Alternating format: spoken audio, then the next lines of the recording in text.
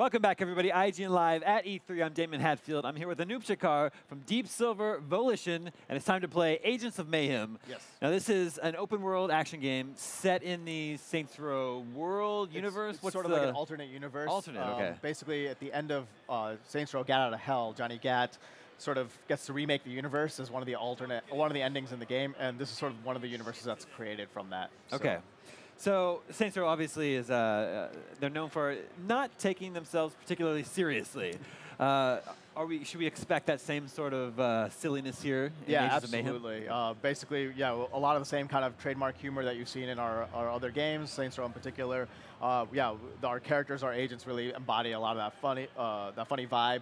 The enemies themselves are not ones you necessarily take seriously either, which we'll see in this demo here. Okay. And so what are the similarities to Saints Row then? Like, what's going to feel familiar? Basically, you're going to see, again, like the humor, you see the fleur, sort of the big symbols, purple. But on top of that, some of the agents are actually callbacks to other characters we've had in Saints Row games. I see. So Kingpin is one of our characters, and Pierce Washington is who he is from the Saints Row games. So. All right, so what are we seeing here? So this is the Ark. This is basically the headquarters for Mayhem. This is where all the agents hang out, where they get sent on missions. They can go and upgrade their technology, improve their the whole agency right here. And then we can also, get ready and head down to Seoul, which is where the game takes place. I see. So is that like a hub world? Like where you accept missions and stuff? Or is it your home base? Seoul, South Korea. So basically the idea is Legion has attacked all around the world, but right now they're focused their efforts in Seoul for some reason. So one of the objectives of the game is to learn why they're here and what they're trying to do, and then to stop them from doing that. Okay. Animated cutscene? Yes. Okay. So all of the agents have their own animated cutscenes, as well as all the enemy lieutenants. These are sort of the big bad guys that you're taking on. So this is August Gaunt, who you might recognize. He might look a little bit like a pop star you've seen before. So yeah. Oh yeah. And he seems to be sort of hypnotizing his audience and getting them to do what he wants. So you want to find out what he's doing and try and stop him from that. So in Saints Row, at least, we create our character in the game. Are we creating an agent here? No. Okay. In Mayhem, you're basically choosing one of the 12 agents that you have. They're all unique, special characters that have their own identity. But you can sort of pick different skins for them as you unlock them throughout the game. Additionally, you can customize their gameplay a lot. They all have their own special abilities, Mayhem abilities we call them, gadgets and all these kinds of things, and you basically pick and choose and customize them from a gameplay standpoint. I see. And how many agents are there? There are 12 agents total, and then we have a couple pre-order incentives, including Johnny Gat. Right. Yeah. You mentioned that. Very well-known character from Saints Row. Exactly. Yes. Back. And he's playable here. Yep. He's not in this demo, but he will be playable when the game comes out, and he's played by Daniel Day Kim, who we had before. Yeah. So you pick your agent. Are you locked into your agent for the rest of the game, or can you take whoever you want on whichever mission? Every time you leave the Ark, you can pick a different squad of 3. You unlock them over the course of the game, but once you have them, you can play any mission with any of them, other than their personal missions. I got you. We're seeing some of the agents here, I assume? Yeah. So this is Hardtack. He's sort of this Navy guy. Basically, he's sort of like a shipwreck kind of character. If you're familiar with G.I. Joe. This is Braddock. She's this basically military personnel. And then you can see here with Oni, he's sort of changed the costume, the skin, so he looks a little different than he normally does. I see. It's funny you mentioned G.I. Joe. That's an action cartoon where all of the members of G.I. Joe were very unique and individual and specialized. That was a huge inspiration for us in this game, absolutely. All right, so what are we going to do? We're going to pick an agent? He's picking the different skins, so we have kind of like a Barbie look for Jewel, who's our engineer, fashionista engineer, and he's going to deploy to Seoul now. Okay. And so they're all 3. Do you take like a squad down? You take a squad down, you play as one, and then you can swap between them at will as you're playing. Okay. And the idea is to basically take advantage of the synergies between the agents. So Yeti here is sort of this cold warrior who freezes enemies. Once they're frozen, then you can go in with Oni and take them out with headshots, but while they can't do anything. Or Jewel can put down a turret, take out the enemies after they've been frozen. So how does the game progress? Is it mission-based? There's missions where you're taking on the different lieutenants, and those you play in a linear order. But then there's a lot of activities in the open world.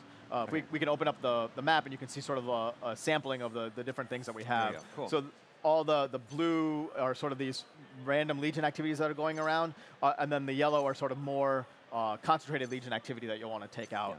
And then the purple are missions that are either personal missions, like so this is Yeti's personal mission, or here we have Daisy, who's another agent.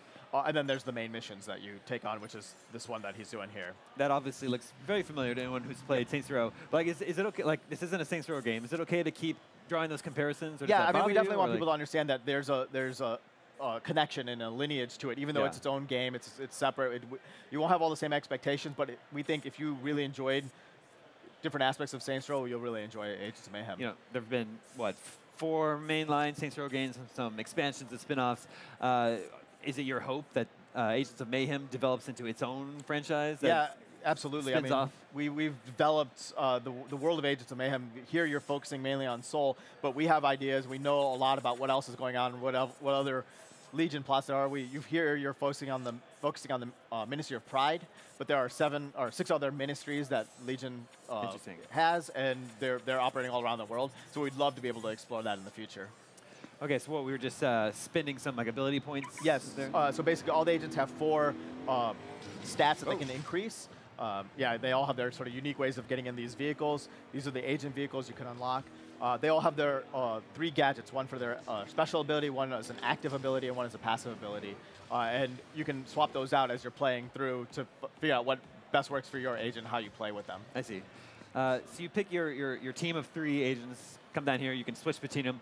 So I guess that provides a lot of different options for strategies for taking on different missions? Yeah, absolutely. And the idea is we want people to experiment, try different combinations of agents and gadgets, whatever works best for them. And we know people are going to be interested in agents for a lot of different reasons, whether it's playstyle, whether how they look, what they say, all those kinds of things. And we want people to really try out different ones and see what works best for them. Are you building in incentive to actually revisit missions with yes. different agents? So like, once you unlock specific things for specific characters, or? Yeah, once you complete the main storyline, you can go back and play any of the main missions again. Additionally, all the agents have their own unlock missions, so before you get to play with them, you get to see their story, their backstory, and understand why they're fighting against Legion, learn a little bit more about how to play with them. And then they also have personal missions that tell more about what they're doing and what their goals are. All right, so we need to talk to the bouncer of this nightclub. Yes. You're basically looking for August Gaunt. You don't know where he is. This bouncer's basically telling you, yeah, he's not here. We think he's basically, we saw him take off in his cars, these really ugly cars that he has. So why don't you go check it out? So that's what he's gonna go look for that car now. So we're flipping between the 3 agents. When you're selected one agent, the other 2 aren't still running around doing their own thing? No, they're sort of off to the side. Okay. The idea is they can just swap in whenever you need them, and whoever's the active agent, so right now it's Yeti, he'll respond to the whatever's going on in the game with his own unique voice lines. So one of the fun parts of playing the game is replaying the missions and having different active agents and hearing what they say and how they respond to the game. And I forget the name of the city where Saints Row the Third and the 4th took place. Steelport. Yeah, this is obviously very different. Yes. Yeah. We're in Seoul. Yeah, Seoul, South Korea. So it's not like a true recreation of Seoul. It's sort of our inspired version of it, but it's the first time that we've sort of taken on a real world city and made our version of that. Is there any specific reason why you chose this location? We chose it for a few different reasons. One, we wanted to pick a city that isn't normally seen in a lot of games, and Seoul is definitely not used a lot. Additionally, the Ministry of Pride is focused on technology and robotics and advanced AI and things like that. And we feel that Seoul is a good embodiment of that, and we wanted to make sure that that came across in the city itself that you're playing in. All right, so what are we trying to achieve here? So basically, he's come down to this garage where Gaunt has stored a bunch of his cars. We're trying to figure out which car he's at or where more information about where he is. But Gaunt has sort of set traps for people who try and mess with his vehicles, so they're kind of exploding, and he's sort of saying silly stuff in response to that. I see. Now the agents they're not superheroes. They don't have like superpowers, right? Right.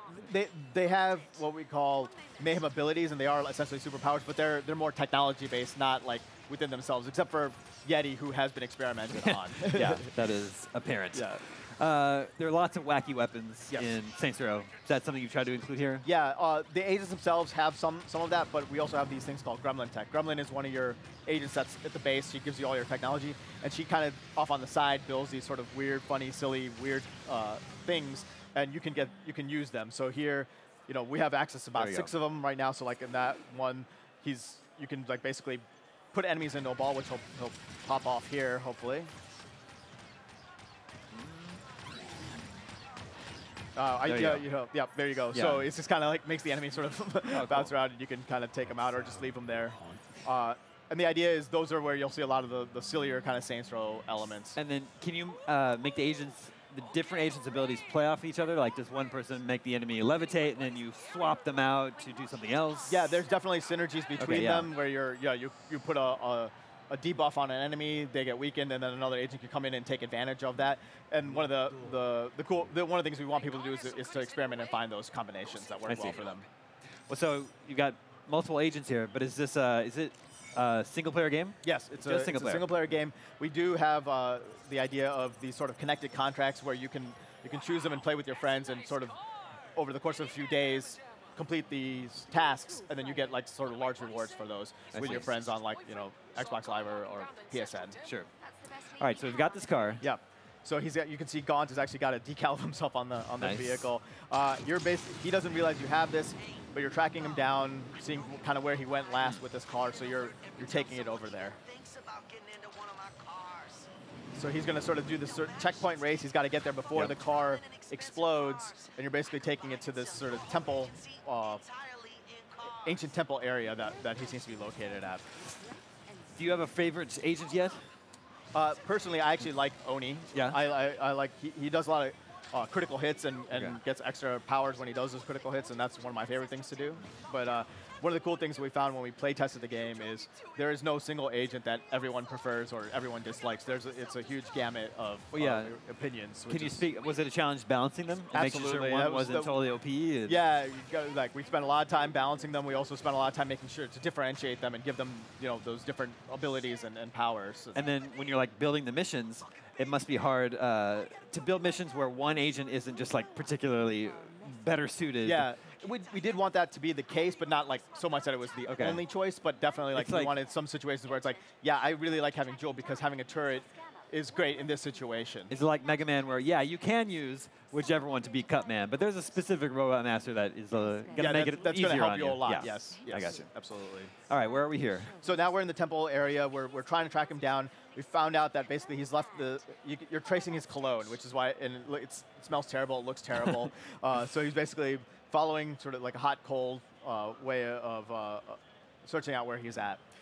Do each of the agents have their own specific weapons, or is it still where like you can go into the weapons store and buy new weapons? Yeah, no, they all have their own weapons. We have skins for the weapons, and we can change the functionality of them. But each one, we wanted to, again, make sure that they had like a sort of specific role and purpose. Okay. So Jewel in particular has this sort of energy beam that she can use to take out enemies, but she can also use it to heal her turret when she has it out. I see. Yeah, what was that force field that she had in front of her? That was he's scanning around to look for the clone, and that basically tells you where to go. Okay, gotcha.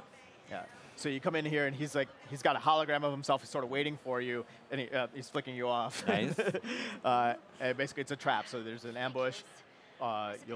He's going to hack this machine here. We are almost out of time. Is there something big coming up that we should be expecting, or is that? It's just this ambush is going to take place. You'll see a shock trooper and sort of one of the bigger combats in this area. I see. Yep. Oh yeah. So now we're being. Yep. Attacked on all sides here. Well, that's probably a pretty good place to leave off. Agents of Mayhem is out very soon. August. What's the date again? August 15th. August 15th. Yep. I think it looks awesome. It's like it's closely related to what you guys were doing with Saints Row, but it also feels totally fresh and new, and sort of like gets me reinvigorated to re-enter that world. So. Yeah. Anoop, thank you so much for coming by the show. Stay tuned. More to come from IGN Live at E3 right after this.